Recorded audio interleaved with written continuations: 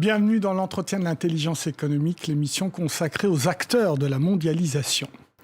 Le jeu vidéo est loin d'être un simple loisir. C'est même devenu une industrie stratégique.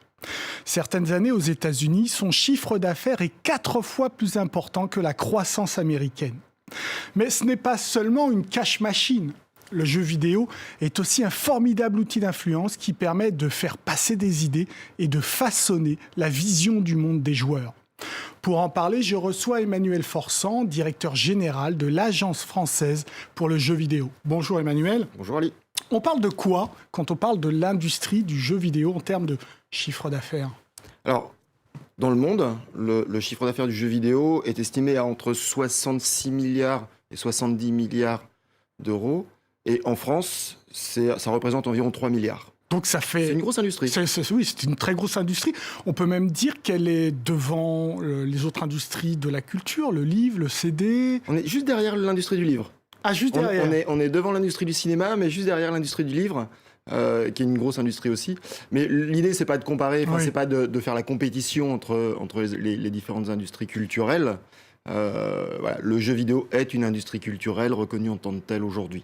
D'un point de vue géoéconomique, qui sont les grands acteurs de ce marché ? Les États-Unis, évidemment. Le Japon, historiquement, est un acteur important. Des gens comme Nintendo, les bornes d'arcade ont démarré au Japon et aux États-Unis. Et la France est un acteur qui se situe dans le top 5. Après, c'est difficile parce que le chiffre d'affaires de l'Allemagne, le chiffre d'affaires des États-Unis, du Japon, on a du mal à le consolider. Mais voilà. Les acteurs importants aujourd'hui, les États-Unis, le Japon, la France. Et les émergents, alors, ils arrivent dans ce marché ? L'Allemagne est... Ah, mais l'Allemagne, c'est pas un émergent d'un point de vue économique. Oui, mais sur le jeu vidéo aussi, un peu. Sur le jeu vidéo, il n'est pas émergent, mais l'Allemagne est vraiment en train de tirer son épingle du jeu, alors qu'elle existait assez peu d'un point de vue créatif. Et la Chine, par exemple, est un pays qui vraiment va très très vite, et sur le jeu vidéo y compris. Une société qui s'appelle Tencent, qui est une société chinoise, a racheté récemment toutes les parts d'une société qui s'appelle Riot, qui développe un jeu que tous les joueurs connaissent, qui est League of Legends, des plus gros jeux au monde, aujourd'hui aux mains d'un Chinois. L'Amérique latine, l'Afrique, totalement absent ? Non, alors l'Amérique latine fait partie des pays émergents, le Brésil notamment, mais plutôt en tant que consommateur. L'Amérique latine est un pays émergent en tant que consommateur. Et l'Afrique est un pays émergent en tant que créateur. On a découvert il y a quasiment quelques mois les premiers jeux créés par des Africains et utilisant toutes les ressources de l'Afrique, toute la culture de l'Afrique. C'est assez fabuleux ce qu'ils ont fait. Et il y a un vrai engouement pour la création en Afrique. Et donc il y a des entreprises qui se créent autour du jeu vidéo. Et c'est quelque chose à surveiller et qui me plaît assez. Afrique francophone, anglophone, ou c'est pareil ? A priori, c'est pareil, plutôt francophone, de ce que j'ai pu voir. Les informations qu'on a reçues étaient plutôt sur l'Afrique francophone, mais il n'y a pas de raison que l'Afrique anglophone soit distancée sur ce secteur. On avait fait une émission il y a quelques années sur les jeux vidéo, et on avait parlé d'un acteur syrien assez présent sur ce marché. Donc aujourd'hui, évidemment, c'est plutôt difficile. Le monde arabe, présent, absent ? Alors, le monde arabe est plutôt consommateur. Il y a quelques jeux qui sont développés, principalement à base d'autres jeux. C'est ce qu'on appelle des mods. C'est la capacité, en utilisant un jeu préexistant, de créer une modification. Le mot mode vient de là, d'une modification du jeu. Par exemple, pour recréer une ville, un village, pour modifier l'allure des combattants. Et donc, il y a certains jeux qui ont été créés comme ça. Alors certains pour faire de la propagande, d'autres uniquement pour l'amusement, mais voilà, le monde arabe pour l'instant est assez écarté de la création de jeux vidéo, et certains créateurs visiblement sont en manque de création et utilisent cette capacité des mods. Alors je le disais en introduction, c'est une industrie, mais c'est aussi un formidable outil d'influence stratégique. Ça a été pensé comme tel au départ par les Américains. Alors, pas au départ, les bandes d'arcade, ce genre de choses, n'était pas... On n'avait pas réfléchi à l'utiliser comme une arme de communication, un outil de communication. Le mot arme, il va dire ce qu'il veut dire.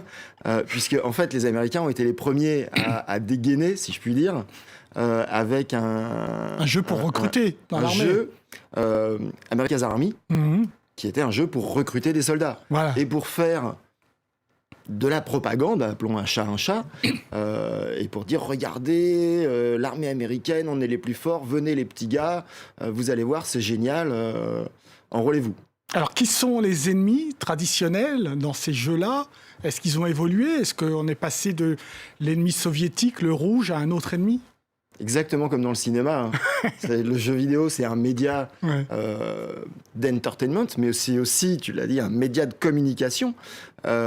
Donc, évidemment, aujourd'hui, les ennemis, quand on est du côté américain, ça va plutôt être les Arabes.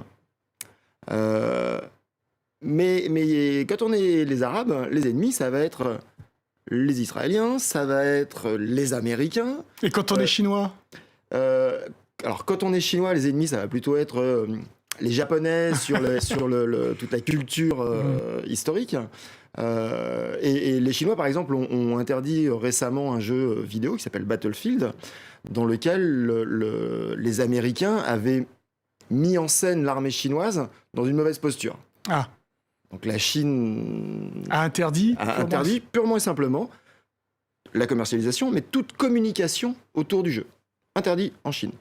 Est-ce parce que c'est un outil d'influence important ? Parce que le joueur, contrairement au cinéma où on peut aller 3 heures un film, le joueur, il peut y passer 300 heures. Donc évidemment, il y a des idées qui passent. Évidemment. Est-ce que c'est parce que c'est important que certains États soutiennent le jeu vidéo, comme la France à une époque où il y avait un bureau au ministère des Affaires étrangères ? Alors, la France soutient toujours, il y a toujours un bureau. Alors, il n'y a pas un bureau jeux vidéo au ministère des Affaires étrangères, mais il y a des responsables qui s'intéressent au secteur. La France soutient son industrie du jeu vidéo, le CNC, donc Centre national de la cinématographie et de l'image animée, voilà. Absolument, depuis quelques années, soutient financièrement le jeu vidéo, puisqu'il y a un fonds d'aide qui s'appelle le FAJV, fonds d'aide aux jeux vidéo. Plus récemment, il y a d'autres outils financiers qui ont été mis en place via l'IFSIC, la BDPME. On ne va pas rentrer dans les détails financiers, c'est un peu compliqué. Mais voilà, il y a une réelle volonté de la France de soutenir cette industrie. C'est une industrie qui est stratégique, aussi bien en termes de communication qu'en termes de création d'emplois, de recherche et développement. Beaucoup de choses créées pour le jeu vidéo et par le jeu vidéo se retrouvent ensuite dans l'automobile, par exemple, l'intelligence artificielle, la médecine, tout ce qui est simulation, les serious games, etc., etc.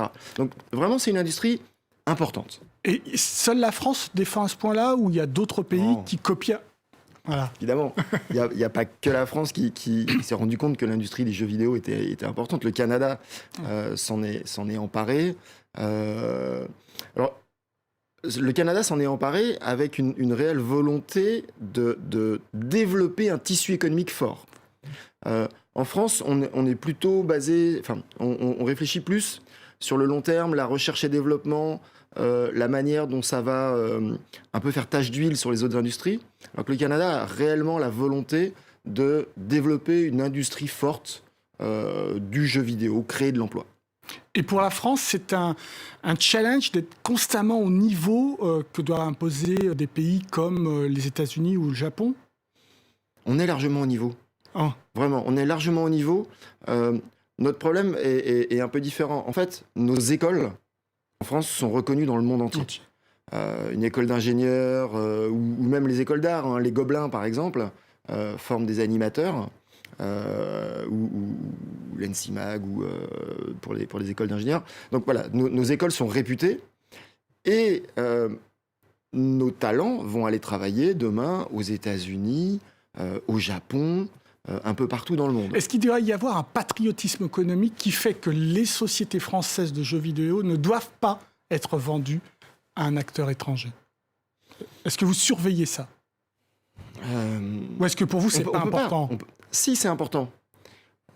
Alors, c'est à double tranchant. Par exemple, une société chinoise, Take 4 Fun, Tap for Fun, s'est implanté récemment en France. Super, ils ont créé un studio, ils créent de l'emploi en France, parce que plutôt que de venir débaucher les gens pour les faire travailler aux États-Unis, en Chine, ils se sont dit, on va créer une entité en France. BigPoint, un éditeur allemand, vient de racheter un studio français. Donc, le studio n'est plus du tout français. Il est aux mains d'un éditeur allemand. Est-ce que c'est une mauvaise chose? A priori, non. Ça a permis de sauver des emplois. Par contre, la propriété intellectuelle part en Allemagne. Voilà, le fait d'injecter de l'argent dans une économie est plutôt une bonne chose. Le fait que des sociétés comme Ubisoft ou Gameloft, deux sociétés françaises, investissent en Afrique du Nord, par exemple, beaucoup, s'implantent au Maroc, en Tunisie, développent des emplois, je pense que c'est une bonne chose à la fois pour celui qui se développe sur l'industrie locale et à la fois pour l'industrie locale. Je pense qu'il faut le voir comme ça. On est dans une industrie mondialisée aujourd'hui. Merci beaucoup Emmanuel Forçant. L'émission est terminée, mais comme d'habitude, vous pouvez la retrouver